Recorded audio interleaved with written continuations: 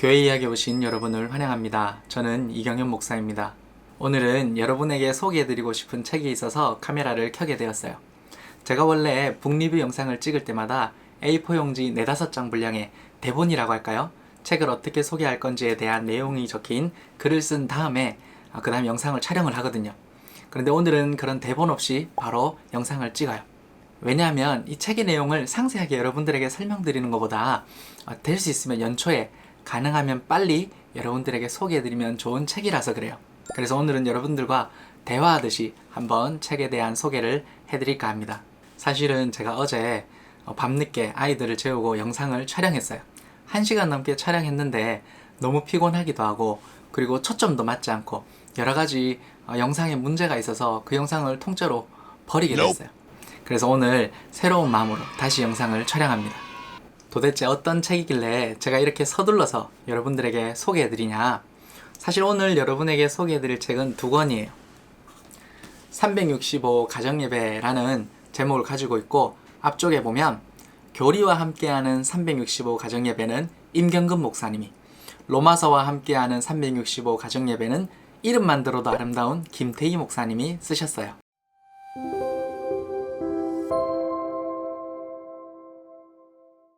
책 표지에서도 알 수 있듯이 이게 365일 가정예배 안내서예요. 이제 제가 왜 이 책을 빨리 서둘러서 소개해드리려고 하는지 알겠죠? 제가 오늘 이 영상을 촬영하는 날이 1월 6일인데 벌써 6일이라는 시간이 지났잖아요. 이게 너무 아쉬운 거예요. 그래서 여러분들에게 가급적 이 책을 빨리 소개해드리고 혹시 이 책으로 도움받을 수 있는 분들이 이 책과 함께 올 한 해를 보낼 수 있게 해드리고 하고 싶어서 이 영상을 급하게 촬영하게 되었습니다. 제일 좋은 건 이 영상을 보자마자 이 책을 구매해서 가정에서 가정예배를 당장 시작하는 거겠죠. 이 가정예배라는 것이 제가 어린 시절만 해도 온 가족이 교회를 다니는 가정에서 가정예배를 드리고 있지 않다라고 하면 부끄럽게 여기던 것이었어요.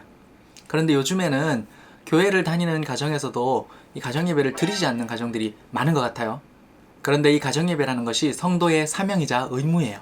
그래서 교회에서도 목사와 장로가 해야 되는 중요한 일 중에 하나가 성도의 가정을 방문하면 성도가 가정예배를 드리고 있는지, 그리고 드리면서 어려움은 없는지, 혹시 하지 않고 있다면 격려해서 가정예배를 하도록 하는 것이 목사와 장로가 신방을 하는 중요한 목적이기도 해요. 특히나 요즘 같은 시절에는 가정예배를 100번 강조해도 부족함이 없어요. 코로나 때문에 자녀들의 신앙에 공백이 생겼잖아요. 비대면이다, 인원 제한이다, 이런 것들 때문에 부모님만 교회 가서 예배를 드리는 가정도 많이 생겨났어요. 교회에 가도 주일학교를 하지 않는 교회들이 많아졌죠. 그러다 보니까 자녀들의 신앙을 걱정하는 부모들도 많아졌어요. 저는 이 시기가 부모님들이 자녀들의 신앙을 위해서 무엇을 했는지 돌아볼 수 있는 좋은 시기라고 생각을 해요. 자녀들의 신앙 교육을 너무 교회와 교역자들에게만 맡기지 않았는가?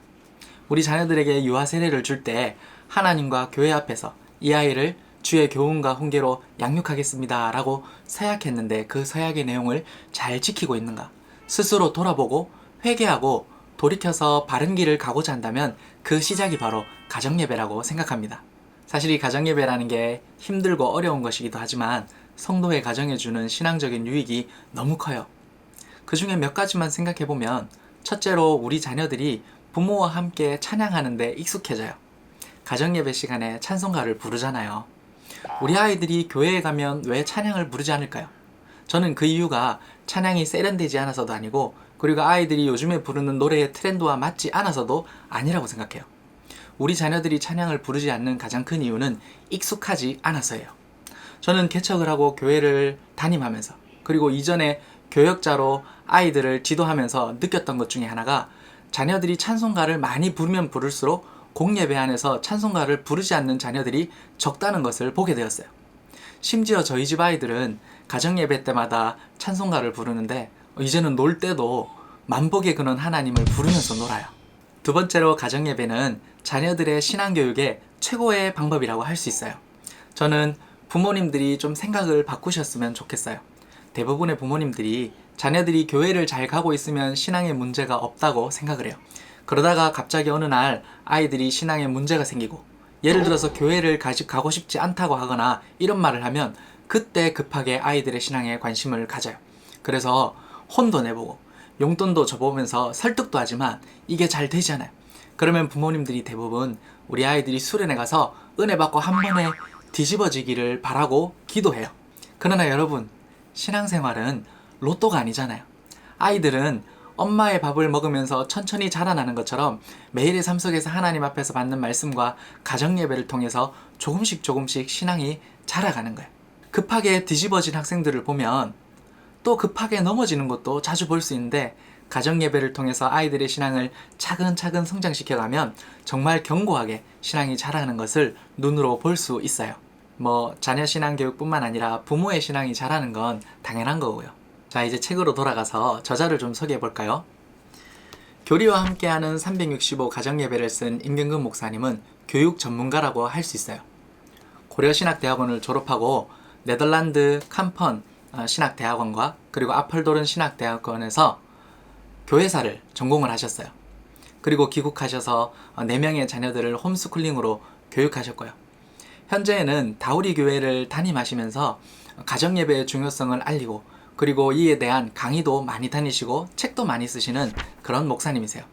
그 다음으로 소개해드릴 책이 이름만 들어도 아름다운 김태희 목사님이 쓴 책이에요.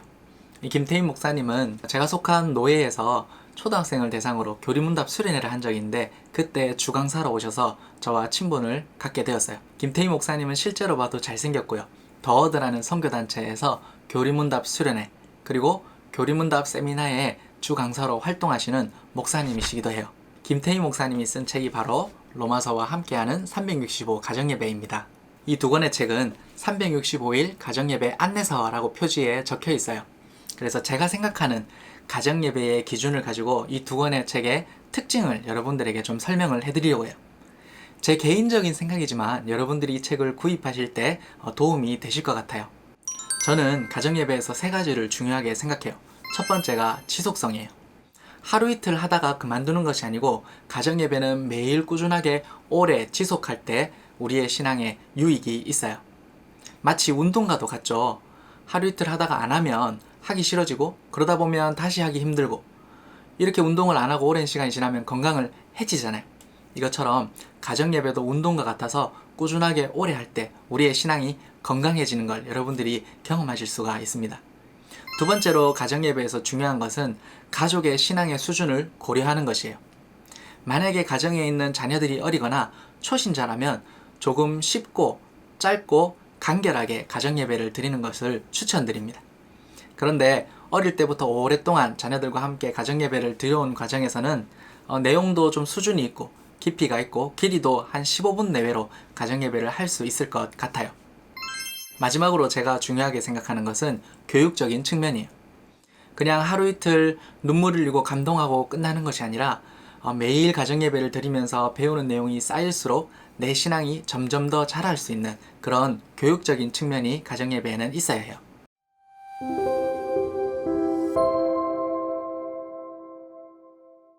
이 3가지가 오늘 소개해드리는 이 2권의 책의 장점이라고 할 수 있어요. 교리와 함께하는 365 가정예배, 로마서와 함께하는 365 가정예배, 이 2권의 책 모두 이 3가지를 고려해서 만든 책이에요. 그래서 사실은 여러분들이 어떤 책을 사야 돼 고민하면 저는 그냥 둘 중에 아무거나 골라서 쓰셔도 상관이 없을 것 같아요. 제일 좋은 건 2권 다 사서 한 권은 올해 가정예배 안내서로 쓰고 내년에는 다른 책으로 하는 방법이 가장 좋은 것 같아요.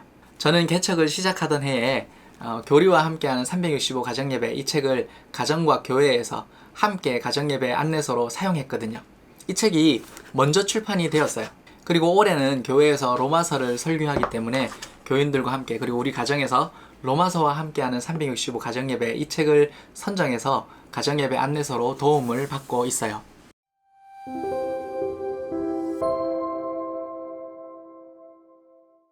교리와 함께하는 365 가정예배, 이 책의 가장 큰 특징은 하이델베르크 요리문답의 순서에 따라서 매일 성경과 본문의 내용이 구성되어 있다는 점이에요.